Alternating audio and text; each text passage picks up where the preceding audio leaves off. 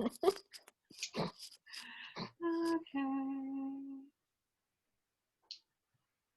me share my screen first. What am I thinking?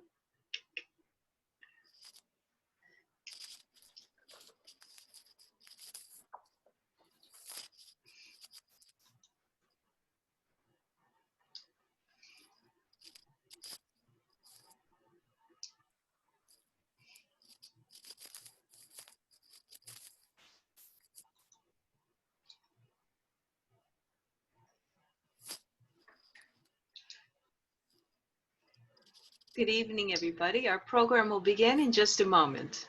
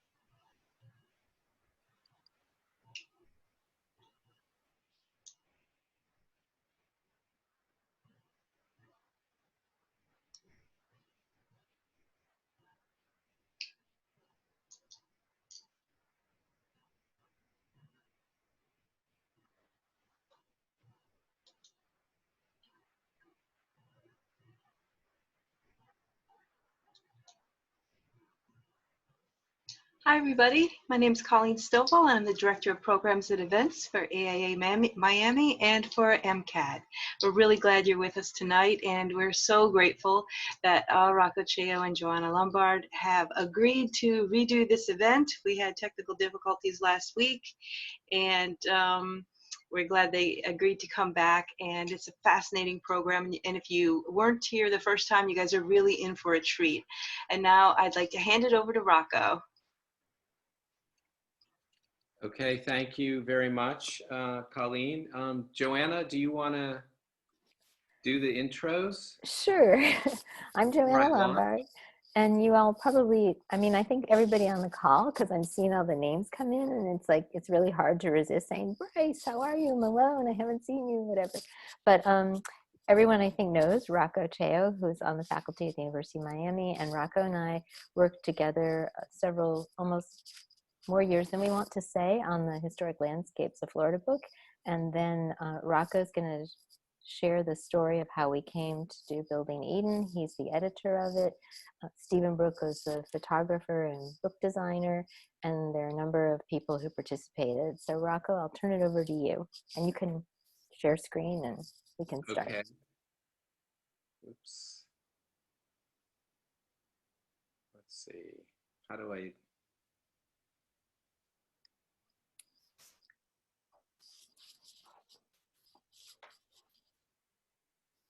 Got it. Perfect. Okay. There it is. You see the screen, everyone, I hope. Totally, it's great. Great, thank you, Joanna. Thank you, Cheryl and Colleen, for putting this program together. We're really excited to talk about this project and this book. And I should mention, first of all, that the book was generously supported by Miami-Dade County Parks, Recreation and Open Spaces that supported the research in the early days, as well as Charlie Seitz and the James Deering Danielson Foundation, who also supported our research and work for this book. It's an interesting project because unlike maybe a lot of other books that we have enjoyed or in part participated in, this is a collection of both new and old essays. It's written by Joanna and myself, but there's a number of other people involved in it, as well as people from the history of the parks that we've included essays from A.D. Barnes, as well as William Lyman Phillips. And so it's a real snapshot of a very particular point in time for the history of the county park system, and that is its visionary beginnings. And I'm going to give you an overview of quick overview of some of the essays in the book, just so that you can get a picture of who is involved and what it is that we're talking about. So let's see here. In this next image, you should see the cover of the book. It's titled Building Eden, the Beginning of Miami-Dade County's Visionary Park System. And on the left, you should be able to see a kind of menu of essays, starting with an introduction by our former dean, Elizabeth Platter-Zyberk, who is a professor at the School of Architecture, who contextualizes all the essays very nicely. The first essay is one by me about the origins of Miami-Dade County's park system, and it's really about an event that happens with the park executives convention that happens in 1929 that really gets the ball rolling with the idea of a park system. That's followed by an essay written by A.D. Barnes. Adrian Douglas Barnes was the first employee of Miami-Dade County Parks and Recreation. And he wrote his own history in 1986 called The History of Dade County Park System, 1929 to 1969.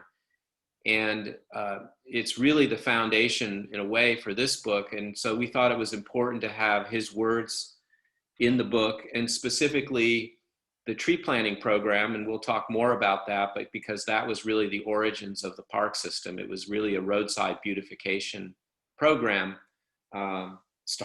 started with A.D. Barnes. The essay that follows is The Landscape Design Principles of William Lyman Phillips, by Joanna, and it's really a kind of detailed and in-depth discussion about his design ideas and how they relate to the early heritage parks.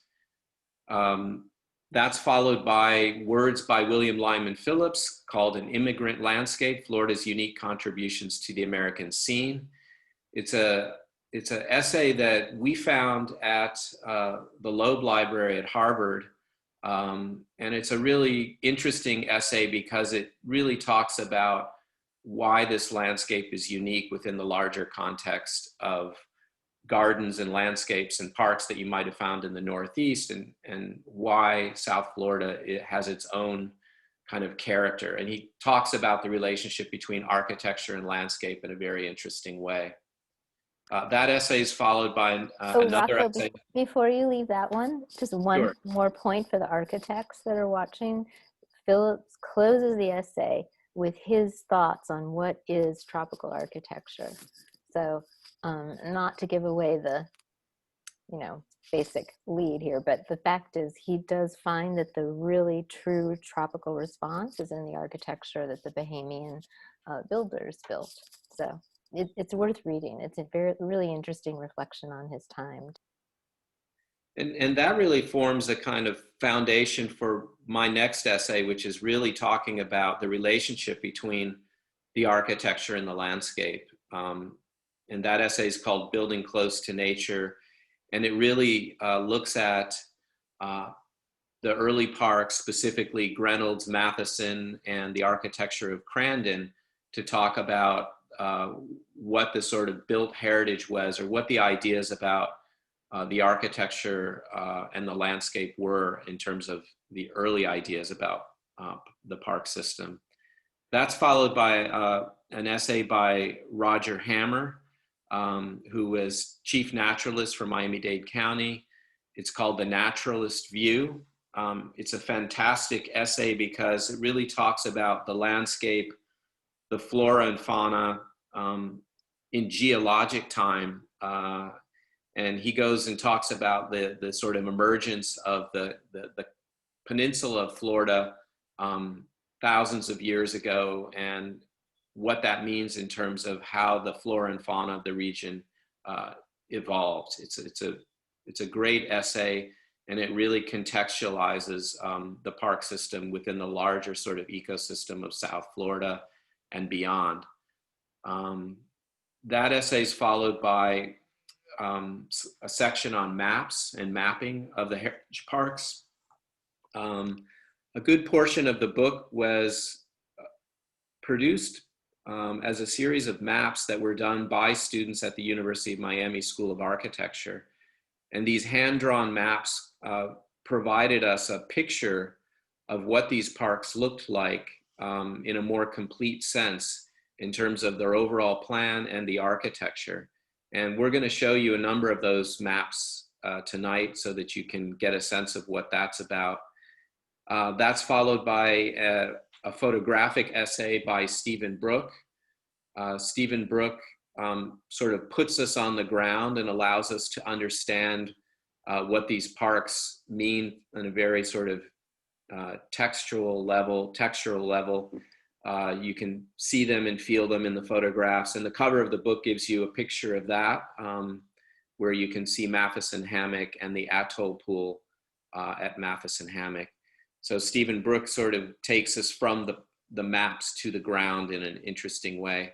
And then finally, the conclusion of the book is really an overview about what parks mean and why they're important and why their preservation and advocacy is so important to the place, preserving the place, preserving the heritage of the park systems, and what they mean for the community. And so that's a kind of snapshot of the book. And now we're going to talk a little bit more and show you some historic images from the book.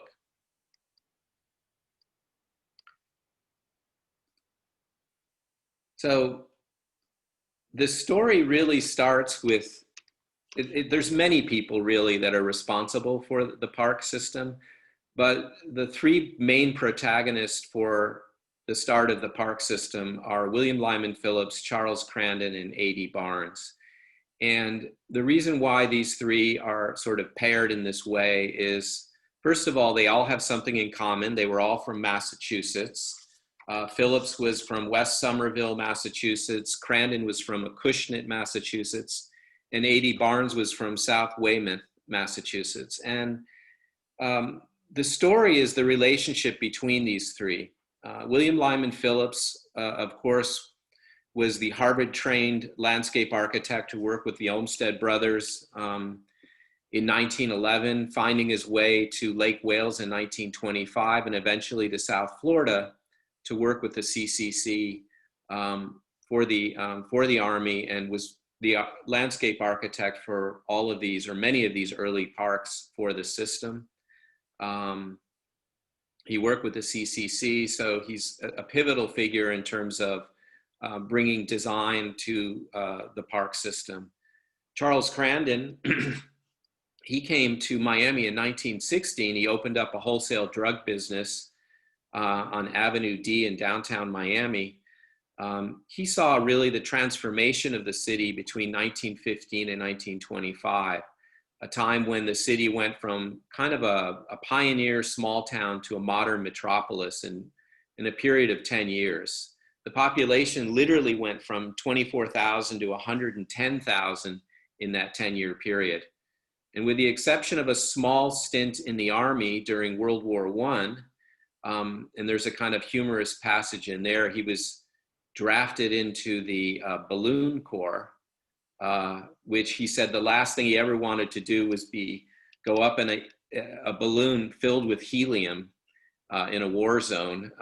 But he said that afforded him an interesting view of the landscape, and that probably is what keyed him into the idea that during the boom time, there was a lot of destruction of what he originally found in 1916 by the time the city was sort of bursting at the seams in 1925, he saw that there was really a need for a park system. And he ran on that platform and was elected Dade County Commissioner in 1929. And that was the year he found A.D. Barnes. A.D. Barnes was, came here from Massachusetts to work in Bayfront Park. Warren Manning was the designer of that park, and A.D. Barnes was one of the employees. And Crandon found him there and decided to hire him away from the Miami park system and start the new Miami-Dade County park system. And so A.D. Barnes is a pivotal figure because he's their first employee and spent really his entire professional life, his entire career in the park system. So he really is the father of the county park system. He was born in 1903. He passed away just a year after he wrote his own history in 1987. But an interesting story is that he was part of the American Institute of Park Executives Convention at that time. And that was an event that occurred in Miami and was instrumental in getting people talking about a park system. So the reason the park system existed in part was really the pluckiness and inventiveness of these individuals. They created a kind of system out of really nothing. And this is a kind of picture of that. On the right, you see what was known as a borrow pit, a roadside borrow pit that eventually became a place for refuse and abandoned cars and roadside construction debris. And these were the sites that were available to them at the time of the park system. And these were called Wayside Parks because they were thought of as places where you could stop and have a picnic or enjoy the landscape from your car. And so the image on the left is a pavilion, an oolitic rock pavilion along one of these wayside parks once it was reclaimed and cleaned up. And this is in South Miami. And the reason I say it's sort of the inventiveness and pluckiness of these three individuals is that they really didn't have a budget and or much of a budget. So they had to work with what was available, and these lands were things that were accessible, could be had for little or no money, and could be converted into something that would beautify the experience of moving through the landscape. Really, the first effort was the street planning program. And the reason this is important is that today's master plan for Miami-Dade County really looks at parks being connected by boulevards and streets and roadside beautification, as well as greenways and blueways. And the very first parks were parks that were part of a street beautification program. The Dade County Park system started really as a division out of the Dade County Road and Bridge Department. A.D. Barnes had a budget of about $10,000, and the first effort was to plant Ficus altissima along Coral Way and along sections of US 1 and other streets to provide shade and to improve the right-of-way. And if you think about it, it may seem insignificant from our perspective today, but probably at that time, it had quite an impact. Since most of the landscape was pineland, having these large broadleaf ficus trees shading the streets must have seemed like quite an introduction to the county in terms of entering a tropical landscape. It's a great story. A.D. Barnes tells the trials and tribulations of doing this project, one of which was that there were no available trees in Dade County. They had to start their own nursery, and he had to buy 1,200 trees from the Reasoner Nursery in Oneco, Florida, on the West Coast, because they didn't have sufficient trees to actually plant the right-of-way. And as the story goes, the trees went through a kind of yellowing process. They eventually figured out it was a magnesia sulfate deficiency. They didn't realize that trace elements were important in fertilizers at that time. So they corrected the problem, but the whole program almost stopped in its tracks because they almost lost all the trees that they newly planted with very limited funds. The first major park to be built in the system, although not the first major park in the system, the first park in the system was Matheson Hammock that was donated in 1930 by the Matheson family, by William and Hugh Matheson. And that's another great story,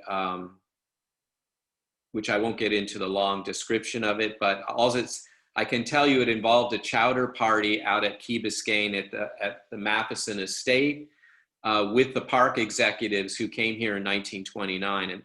And that also was the introduction to the idea of parks really being about philanthropy and important individuals. In both William Matheson and A.O. Grenolds, some of their largest parks came about as donations.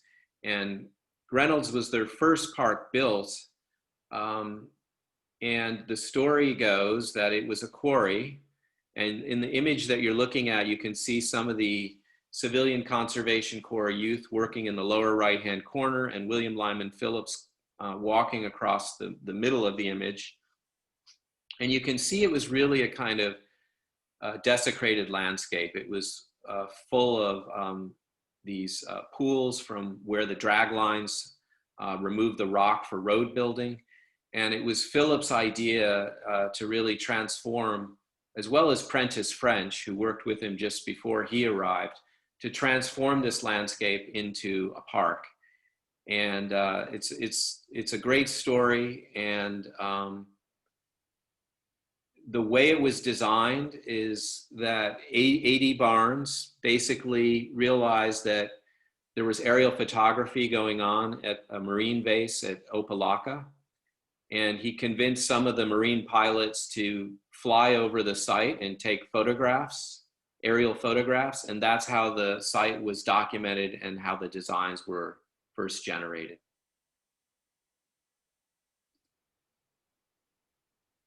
So this is one of the maps that the students produced. This is a map of Grenolds. It's an ink on mylar hand-drawn map, fairly large. And you can see the border shows you a number of built elements, natural and built elements in the park, including walls, an incinerator, caretaker's house, sections and details of the mound, and some of the buildings for boat storage and kayak storage. But the plan shows you as it is today with the golf course. Can you see my arrow? This area was originally for horseback riding. It was an open pineland, and now it later became a golf course. And then you see over in this area, the hammock, the mound, the Oleta River, the formal long axial entry to the mound, and some of the sort of formal elements of the landscape that Phillips proposed. The images on the right give you a view of the entrance, Coral Rock entranceway, and a view towards the mound from what was called a picnic area that was built over in this region of the park, looking back towards the mound. What's amazing about the design is really the prolific use of oolitic rock from the site, and the inventive way that the site was really made to look like a sylvan setting, a natural setting, even though it was essentially a quarry, an industrial site. And so I'm going to show you in the next image a picture of what the mound looked like under construction. And Joanna's going to talk a little bit about this image. Well, thanks, Rocco. I mean, one of the things that I think is so important about this image is it illustrates the spirit of these early park builders, because, you know, as Rocco described, they're essentially making parks out of nothing. They're taking what you know, they're using sort of roadways and the swales of roadways to try to create a park system. So in this case, Phillips took all of the equipment, which was most steel, and he piled it up as kind of reinforcing, and he built the rock mound around it. And I just wanted to read you. So he had to write, because the Civilian Conservation Corps was a training program as well as a kind of make work program. And the young people in that program would send home checks to their families. Rocco has more to say on that one. And in relation to that, Phillips would have to write a report, and his reports are amazing, especially if you ever read sort of governmental reports. His are like, people even commented that his were so poetic, because first of all, he would tell the story of what was happening with the young people, that, you know, they were teaching them to read and they were teaching them surveying. And then he talked about what the work, and his description of this mound was that he describes the fact that, you know, Florida's fairly flat, so getting up at any elevation gives you this incredible vista. But he compares it to Fujiyama or Vesuvius, and he talks about how you just climb up and it's just this incredibly bold experience, and you come across it as if the ancient mistral wind is whining round the ancient whitened keeps on the hills beyond Avignon. The ramps and steps have a solid, eternal look and feel. So he wasn't going for something quick and fast. He was going for something that connected this landscape to a much larger understanding of the great landscapes of the world. And he wanted that kind of emotional connection to happen for the people of Florida. And I think if you could contrast that with the slide Rocco just showed and the ambition that he had for this today, you can see that he was bringing the very best of what he knew to this landscape that one might otherwise have looked at and thought was frankly somewhat hopeless. So I think it's an important message for us to aim for the great.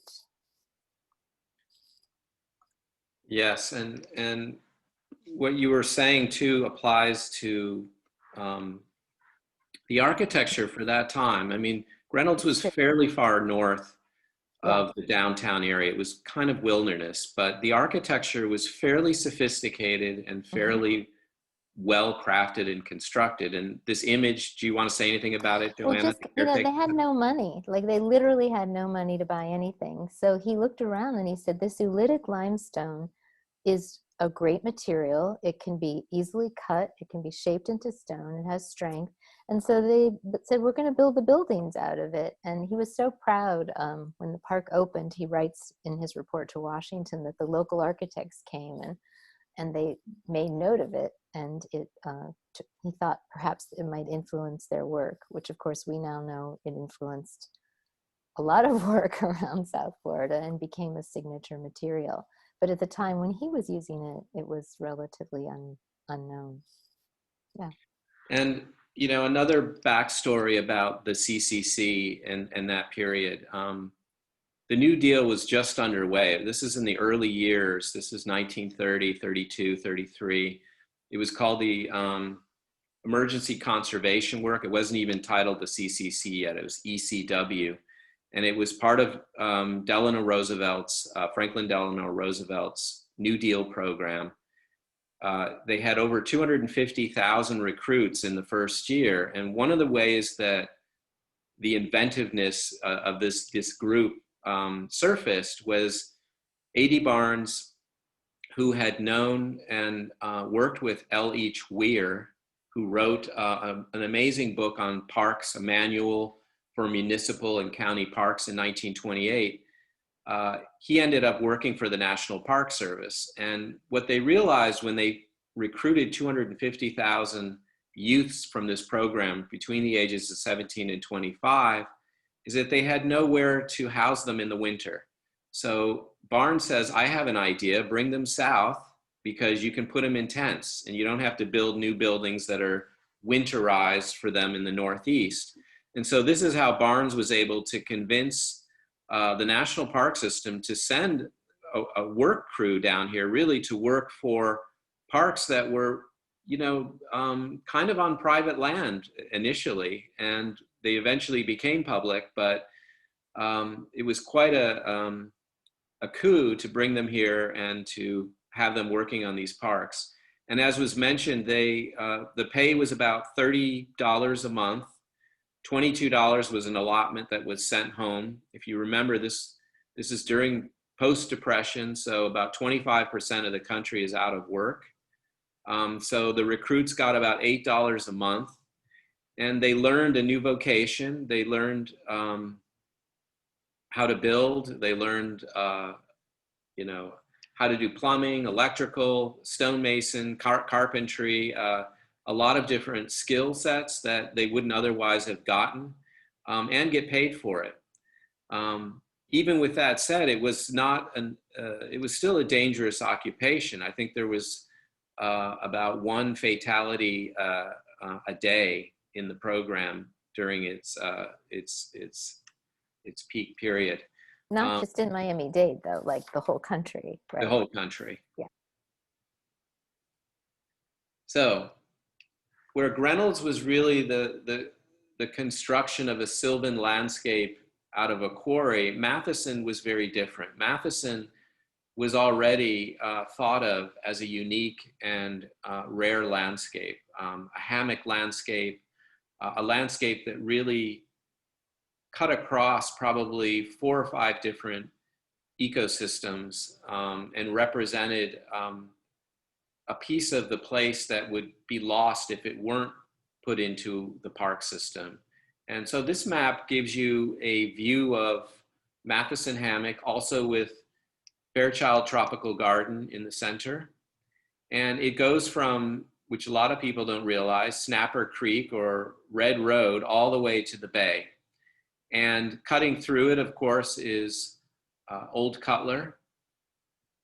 So everybody who drives down Old Cutler and commutes there every morning passes through Matheson Hammock. They may not actually realize that it's on both sides of the road. But there's a rare kind of pine rockland, hardwood hammock. It goes to Buttonwood Prairie, eventually to coastal mangrove, and to the bay. And so it really represents a cross section of the landscape that goes from, you know, the high ground to sea level. And for William Lyman Phillips, it was a rare challenge to design and build in this landscape.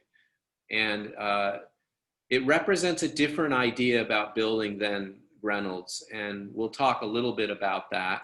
Joanna, do you want to say something yeah, about that? Before you leave it, I think what a lot of people may not realize is that when Montgomery was dedicating Fairchild, he actually deeded, he kept sort of this part, the highland, and then he deeded the lowlands to the county so that he was able to bring the Civilian Conservation Corps to come and do work at Fairchild. And much of the beautiful rock work that you see, the original gatehouse that's there, that was all done as part of that.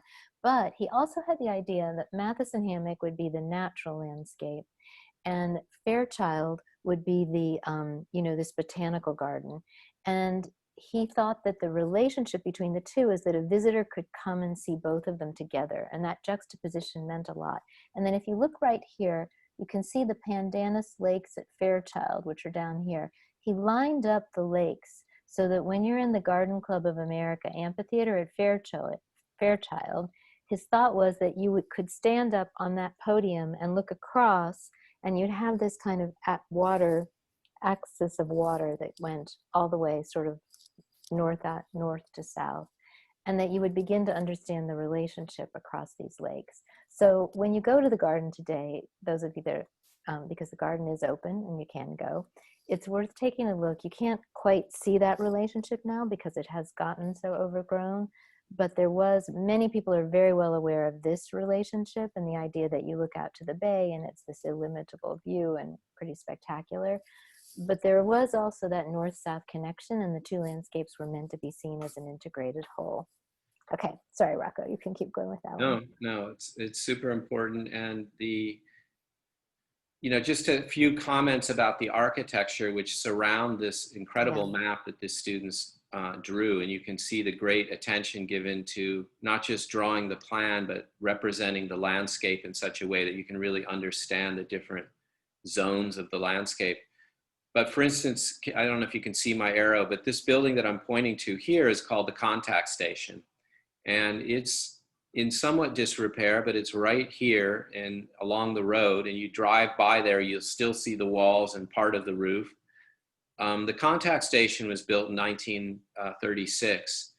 And the contact station is an interesting story in its own right. That it was really the point of entry for the hammock and for the garden. It housed an herbarium that was staffed by none other than A.W. Gilbert from University of Miami, who is a botanist, and George Merrick. George Merrick had recently been living down in his fishing camp down in the Keys, but in 1935, there was the terrible hurricane that swept through the Keys that killed so many individuals. And one of the reasons why I bring this up is that the architecture of Matheson is very well placed in terms of thresholds and marking certain points in the landscape. And, you know, part of it is the contact station, another is the picnic pavilion, and eventually the concession stand and some of the outbuildings as well, or the incinerator, which was part of how they dealt with clippings and so on the site. They didn't haul them away back then, they actually burned them on site. But the reason I bring it up is that after the hurricane of 1935, the architecture was built in a much more sturdy and stout manner. And the proof of it is even more so with the concession building, which was built down in the Atoll Pool, which was built in 1947 after the 45 hurricane. It was built on 109 concrete piles. It was designed so that the tidal surges would wash through it. And it's built really right out in the water. And it's an architecture, again, made of oolitic rock and concrete, but very different than the architecture of Grenald's, really designed to withstand the sort of fury of the landscape that they are now discovering has a sort of cyclical impact on the architecture and the place. So we're going to talk a little bit about this view. On the left is a view of the road being built through the mangroves to the atoll beach, which you see before it was built here. You can see this is the road we're looking at, and there's an image on the left. This was called Hog Island before it became the atoll beach, and it was a place where there were wild hogs roaming the island. And this would eventually get converted into the atoll beach by Phillips. So Joanna, did you want to talk about this aerial view? Yeah, so two things. One is it's important to note that when Phillips took on this task, he had to write to his superiors in the Department of the Interior with his reports to explain, instead of just mowing down the mangrove, he had the idea of carving this really delicate road so that you would arrive at the beach at the end. And he talks about just the idea that it's like coming through a kind of great hall and then you open to this just incredible expanse. So, and he believed at that time that the mangrove might be lost in much of South Florida, and that he felt that saving it in this location was a cultural legacy. So that would be one thing. And then the second thing is the aerial view. And this is important because at David Fairchild's home, Marion Fairchild and Clarence Dean, who designed the home, one of the things they wanted was a kind of salon, and all of the botanists and plants people would go there and sort of figure out how they were going to rescue Florida, because people were genuinely worried that they were losing what was so beautiful about it. And one of the places they wanted to rescue was the Everglades. And Ernest Coe started his Society to Save the Everglades at the Fairchild's home. And when they were trying to figure out, the National Park Service was going to send a crew down to look at it. And the first group that came said, well, they were essentially, it wasn't so appealing because of the kind of the difficulty of the terrain, the kinds of animals that inhabited it. It's, it's not like a Bambi forest. And so when they were trying to figure out how to convince them that this should be a national park, they came up with the idea of Goodyear loaning them the blimp. And he took the committee down. Frederick Law Olmsted Jr. was the chair of the committee, and they traveled across the Everglades. And one of the comments was that that kind of aerial view was essential because it's the only way you could understand what they called the power and the vastness of it in nature, and really understand it as this incredibly vast ecological system. So were it not for the aerial view, I'm not sure how much more of it would have fallen to development than we can see today. So I think this is a crucial view because this is where you really understand the fragility and the beauty of the South Florida landscape. Yeah, and the image on the left is probably taken by William Lyman Phillips. It was in one of his reports that went to Washington to the Park Service. And I mean, if you notice, it's very much set up a particular way. There's a tree sort of arching over the road, another tree just to the right. I mean, he obviously chose this shot to talk about what is being preserved here and why you don't just, hack your way and dynamite your way through the landscape, but you have to choose the path that is going to provide the most preservation of this landscape. So, and he, today the low roads are impacted by king tides, but they were chosen and built to be very low historically because he wanted you to be, hear the sound of the water lapping up against the shoreline, hear the breezes through the trees. All of those sensorial aspects of the landscape were important to what he was trying to get to. And as well as the open and closed aspects of the landscape. You can see in the image on the right, you go from these dense, overgrown moments in the mangrove, coastal mangrove hammock to then open areas where you have views across water and so on. That level of contrast is really important to Phillips' design thinking. So let me go to the next. So taking us into Crandon. Now, really, we're focusing mostly on the parks in the 30s, but the students are obviously mapping things, all the heritage parks or most of the heritage parks. And one of them is Crandon. And Crandon represents a different moment in this history. And that is the large regional parks that are on the scale of Jones Beach in New York, which Phillips and Baxter and a number of other individuals involved in the development of this park, as well as buildings in Matheson, went to study. And so this very much is modeled on Jones Beach with the large open green in the center, large areas of parking for thousands of cars, a kind of boardwalk along the beach, which is here. These are the areas of parking.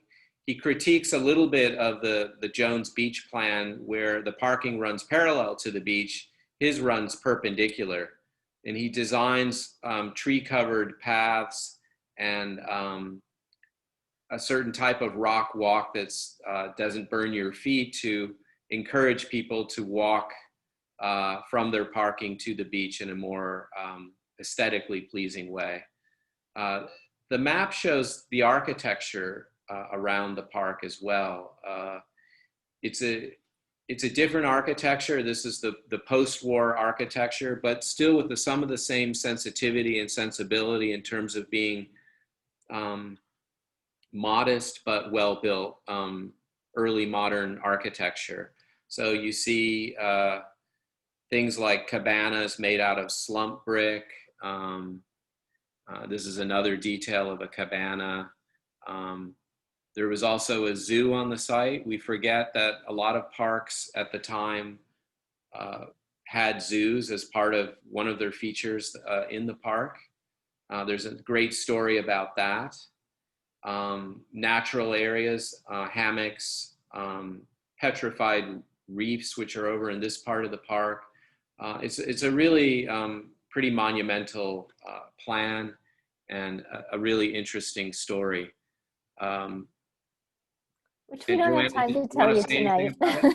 What? No, because I know you want to, we should get through the rest of the maps, but Rocco's right. And Rocco did write all these stories. So you can check them out in the book. And we're not just like selling the book, because the proceeds of the book go to the Parks Foundation. So Right.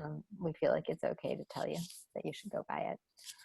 We're also thinking, I think it should be an ebook, Rocco, but that's another conversation. Yeah, and I should mention, you know, parks, and I wrote about this too in the book that Alan Schulman had done on Miami Modern Metropolis. You know, these early parks were not integrated; they were segregated parks. And Virginia Beach, which is just on the other side of Bear Cut here,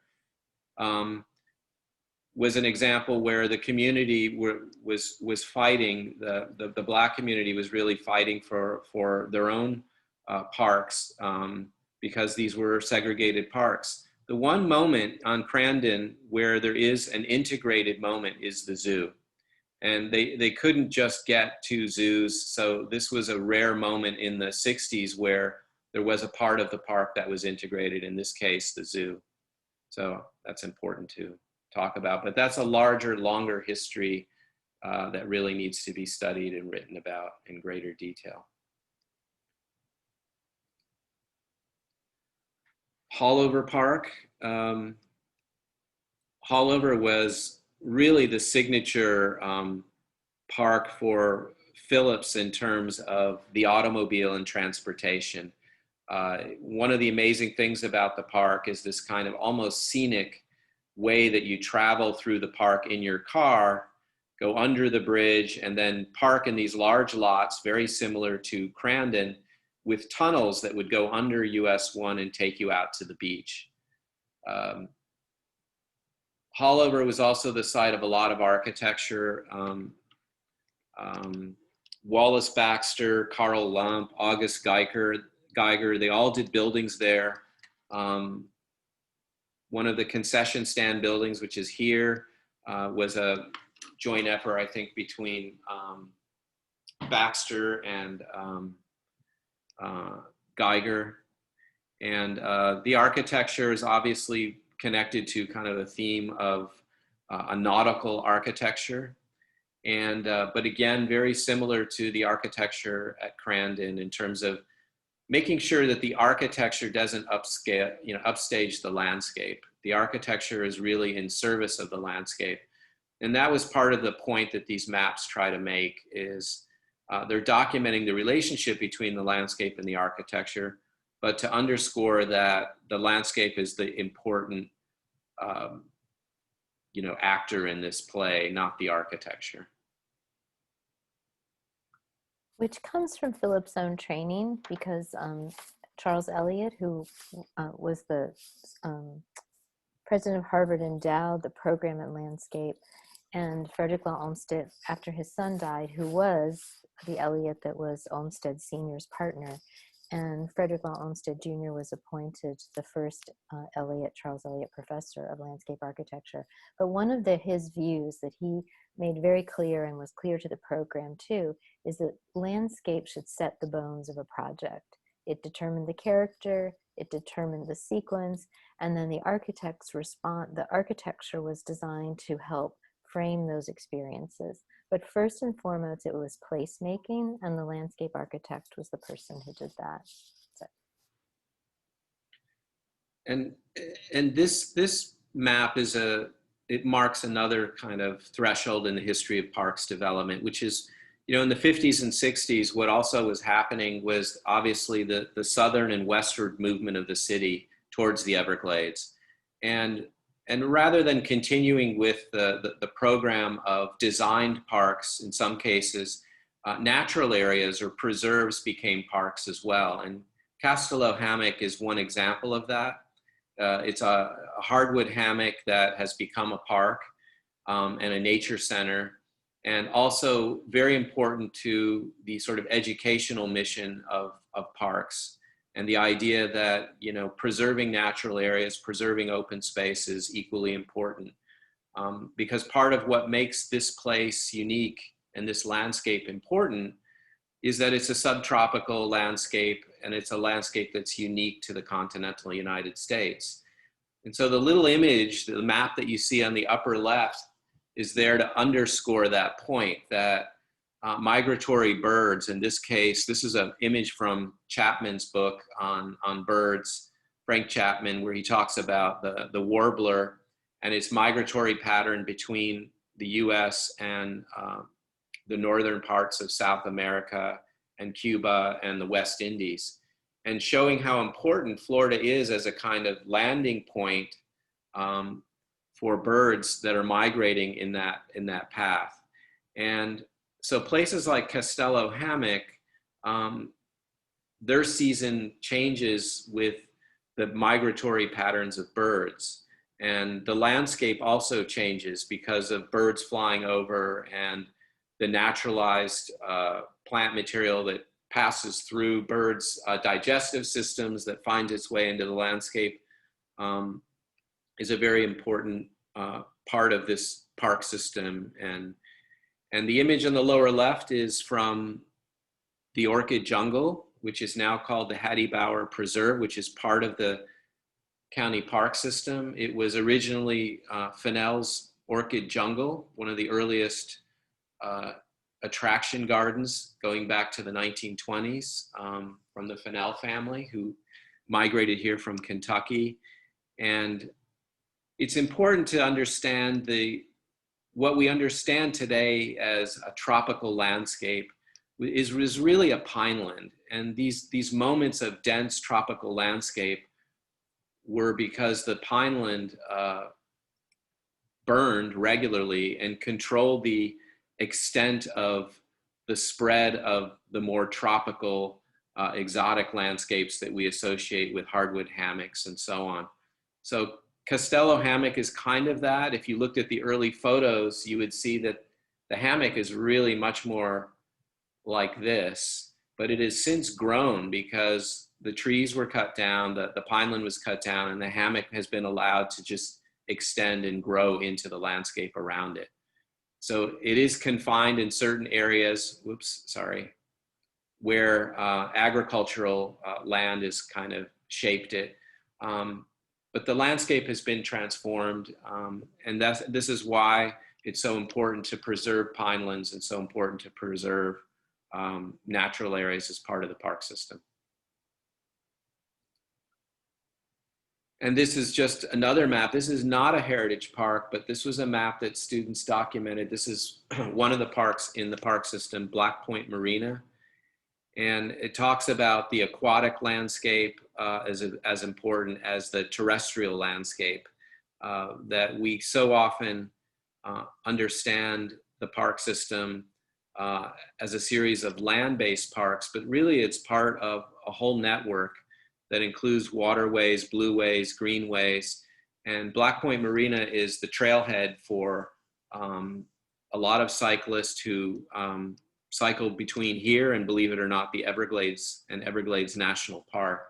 And so this map really astutely documents the natural areas and how much of the natural areas like Castello Hammock are part of the park system. Even though we may only see the marina and the boat launch when we arrive there, it's really a much bigger, much larger network.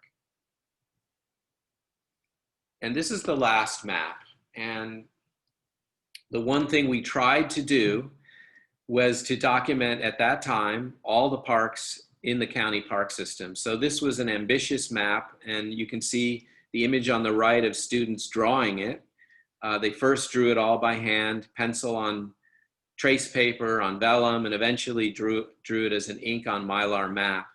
But what was important about this map, and the reason it was drawn, was not just to show where all the parks were in the system, but to orient us in a different way, which is that one of the unique things about the Miami-Dade County Park System is that it bridges between two national parks, Biscayne National Park and Everglades National Park. And so it's unique within the larger park systems around the country because it's the only one that really exists between two national parks.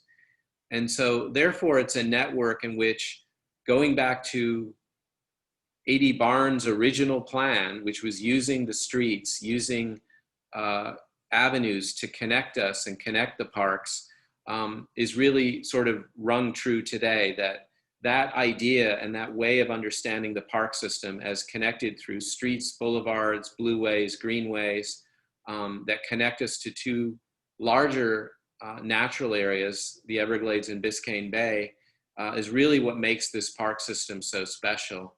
In addition to its fascinating history and the idea that it was built from very modest means, I think we're left with a system that really shows how integral it is to the life of South Florida, that we really can't imagine this place and the architecture and living in this place without the park system. And so, Joanna? I think that what I would add to that is one of the kind of elements that's important to it, Rocco, and to have that perspective. I found this sentence that Phillips used. Phillips was writing an obituary for Landscape Architecture magazine in 1951, and he was writing the obituary for Ernest Coe and was referring to Coe's work on the Everglades. And this one line that he said about Coe, I was thinking that this applied really to all of the people that Rocco has talked about and to their vision of the parks. And as Philip said about Coe, but as we would say about them, that they had an astronomical view of time, which led them to regard his own age, his own life, these present days as inconsequential, and the park as a phenomenon of illimitable duration. And I think when you step back and take that view, it becomes extraordinarily important that we invest our time and energy into connecting this system into a place that we can have for generations. So we thank you for joining us. And I think we were going to take a few questions in the next 4 minutes, Rocco, right? Yeah. Okay. It looks like. Should I leave this? You want to see people or? Let me see if I Okay. can end the show. So Okay. Ben is asking, do you think the outer parts of Castello Hammock that were originally a pineland habitat should be returned to that state, perhaps through controlled burns? If you all want to turn on your cameras, we could see you. It would be great. We're very happy to see you. I'm looking at names of people I know and have missed seeing. So what do you think? It's, I would love to see more pinelands reconstructed. It's a complicated chemistry from what I understand, because the areas, for instance, around Castello Hammock were, a lot of it's agricultural land, and in the 40s, the rock plow kind of broke up a lot of the oolitic rock that was a kind of natural, rough and rugged landscape there. So it doesn't quite have the same geology and geography that it originally had. But with that said, there are, even within Castello Hammock, there are pieces of it where native landscapes have been reconstructed and so on. But the issue of building a whole new pineland and working with controlled burns, I think is ambitious without a lot of land assemblage around the site. But we probably should make a real effort to save the pieces we have, right? Yeah, I would start there. Yeah. Any other questions? Or anybody else have anything you want to say? I see a lot of appreciation for the drawings, Rocco. Caesar says, let's do a walking tour of Matheson Hammock this winter. Totally up for that. Yes. I've given him a walking tour of Matheson before. It's really fun. It's there's so much to see and talk about there.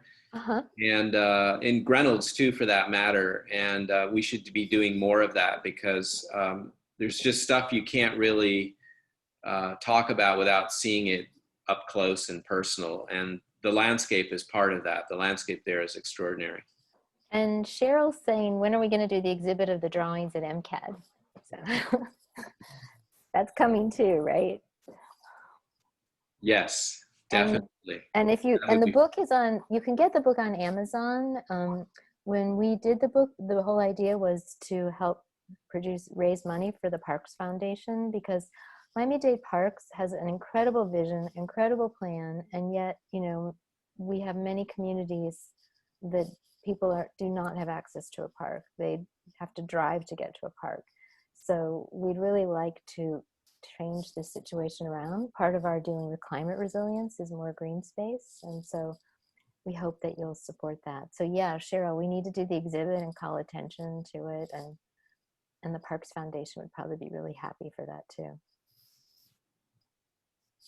Anybody else have anything? Any other More? questions? Daniel Villa wants to know more about the mangrove forest. Actually, you can speak for yourselves. Yeah. Read Can the we question. turn on everybody's mic? Daniel, yeah, you can turn on your mics. Daniel, what, you want to ask it yourself? Yeah, you have to unmute yourself though. Yeah. Hi, everybody. Hi, Bryce, by the way. Yeah, I just, when I see these photos of like, there are especially some of Miami Beach where, I mean, it's just unimaginable the size of these mangrove forests. And it's also a little mind-boggling that these people came in and thought, oh well, there's nothing here. Right. So we need to make a special park. There's no trees here that are interesting, except it sounds like Phillips kind of had a yeah. So yeah, I guess I'd just like to maybe, if you had any interesting thoughts about them, or could maybe talk a little bit more about like the size of the forests or where they were, and also even like where the boundary of those forests met the bay. I think kind of an interesting topic too, because so much of that natural boundary at the water has been. Well, it's funny you say that, because I grew up in Fort Lauderdale, and when I moved to Miami and first saw the Miami shoreline, I was like, oh, what happened to Miami? They just have all these like, a little kid, it's like, whoa, they have all these strange trees, and we have a nice beach. And then I discovered, no, the whole thing was mangrove. Like Fort Lauderdale, they just basically plowed it under, and they created what we now call the Las Olas Isles, which is like where I grew up. But when you're a kid, you don't really know this. Like Birch State Park in Fort Lauderdale has all these Australian pines. I thought that was a native tree of Florida.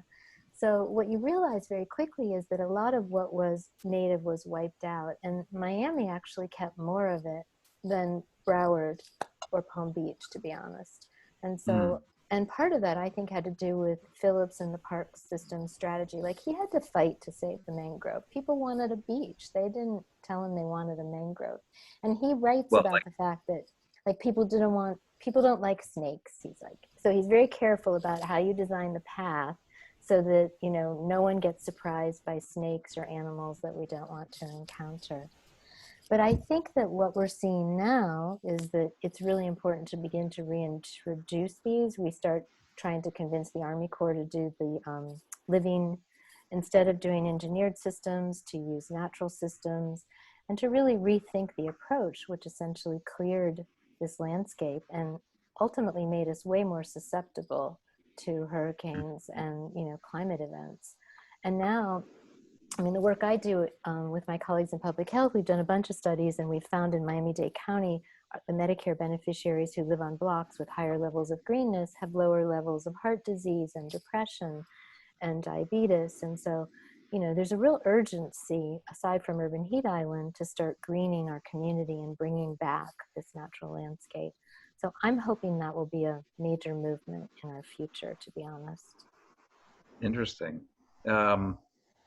Yeah, well, since you mentioned Fort Lauderdale, the historic home that's I'm blanking on the name, but it's Bonnet really House. interesting. It's like The Bonnet House. the Bonnet. Yeah. The approach to the Bonnet House is like so interesting, because you really get a feel for how that mangrove was kind of like part of the sort of the, well, I said it, the approach and how and circulation and streets and whatnot had to deal with that. Yeah, so that's in the book we did on cultural landscapes, forest historic landscapes. That's another one I think we should try to push into an ebook, because I feel, Rocco and I felt like the more people knew about these, then the more vested we would be in finding them and saving them.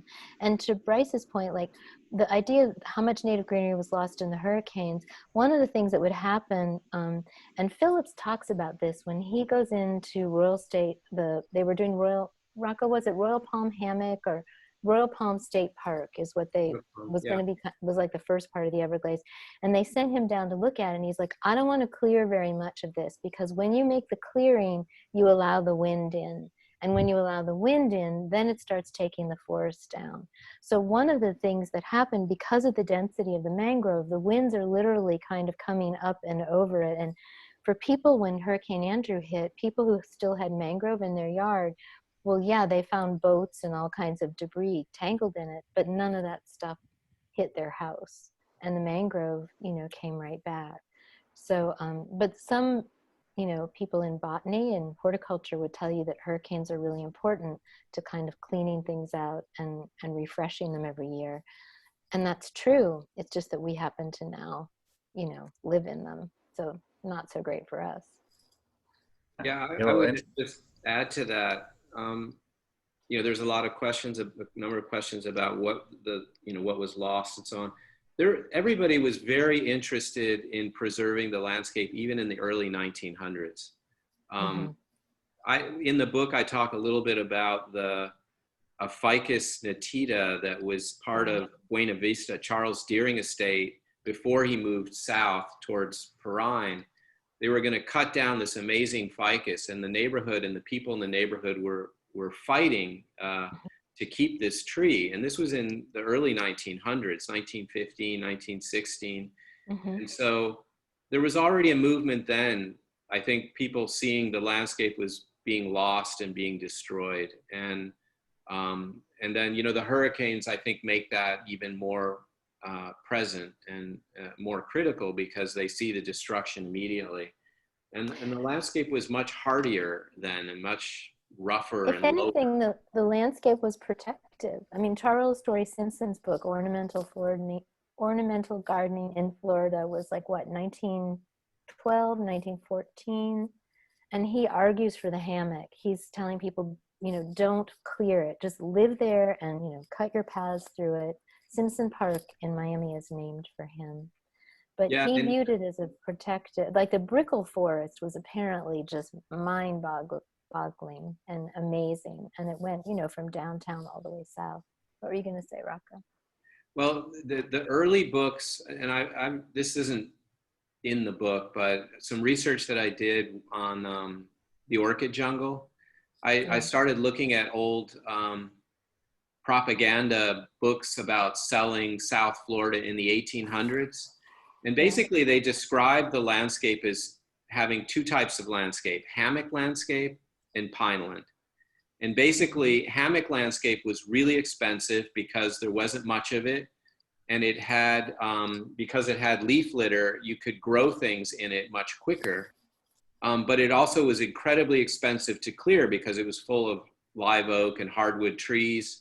And so there was a tendency to want to keep the hammock because it was expensive to clear, but it was also the most desirable in terms of agriculture. Now, pineland was much more available, but it was also difficult to clear. I mean, it required dynamite to blow out the stumps and so on. And, but basically that was the choice, pineland or hammock land. And that's how they understood the landscape, at least in terms of how they sold it to people in the North who were thinking of pioneers who were thinking of coming to this landscape. The mangrove landscape, the coastal mangrove was almost kind of off limits. It was just considered, because of mosquitoes and everything else, it was just considered a very difficult landscape to engage. With the exception of places like Miami Beach, barrier islands, which were being cleared. Because the developer of that saw a vision. Actually, John Kunkel Small's book that he did in 1929 shows his travels through Florida in the 1910s and then his travels in the 1920s. And he writes this book as a warning to Florida. I think the book is called something like, what is it? Desert to Sahara to, what is it? Eden to Sahara, Florida's tragedy. Yeah, that's it. Yeah, that's totally worth reading. But Charles Torrey Simpson's Ornamental Gardening in Florida, where he sort of, you know, is begging people to pay attention to the hammock, that you can get online. That book is digitized, so that one's pretty easy to find too. And it's dedicated to Deering, Charles Deering, for not having removed the hammock. Yes. That was written in what, 1918 or something like that? What's that one again? What's the name of that one? Ornamental Gardening in Florida. Or ornament, is it right? Is that what it is? Yeah, Ornamental Gardening in Florida is Charles Torrey Simpson, and Florida, Eden to Sahara, Florida's Tragedy is John Kunkel Small. And Bryce has the last question here. Is the pine rocklands out by the zoo an example? Yes. Right? Yeah. Yeah, that's why people are fighting over it. So we're really grateful to you all for coming for a second time, and we appreciate it. And thank you for being with us. It's good to see you all, or at least see your names, and to see some of you. Bryce, I haven't seen you in ages, so nice to see you, and Richard and Daniel. Thank you, Joanna and Rocco. It was really fascinating, and I can't wait. We'll get together and we'll start working on that exhibit. I think it would be great. And let's plan sometimes this winter a walking tour. I think that would be fabulous. Even with social distancing, we could definitely do it if you guys are up for it. Let's put it together. Yeah. Well, yeah, and it could also be digital too, because then you could really get in and explore the drawings, because they're very detailed. So we can do both, like an in-person and exhibit. Thanks so much, Colleen. Thank you guys for coming. Thanks, guys. Thanks, everybody. This is amazing, and thank you all for attending. Good to see you. Bye. Bye, everybody. Nice seeing you. Hey, Ben. Thanks. The recording of this will be available on the Rocco. Mcad website after next Wednesday, so look for it there. Thanks a lot. Have a good night, everybody. Thank Rocco you. and Joanna, Bye. thank you. Good night. Good night. Night.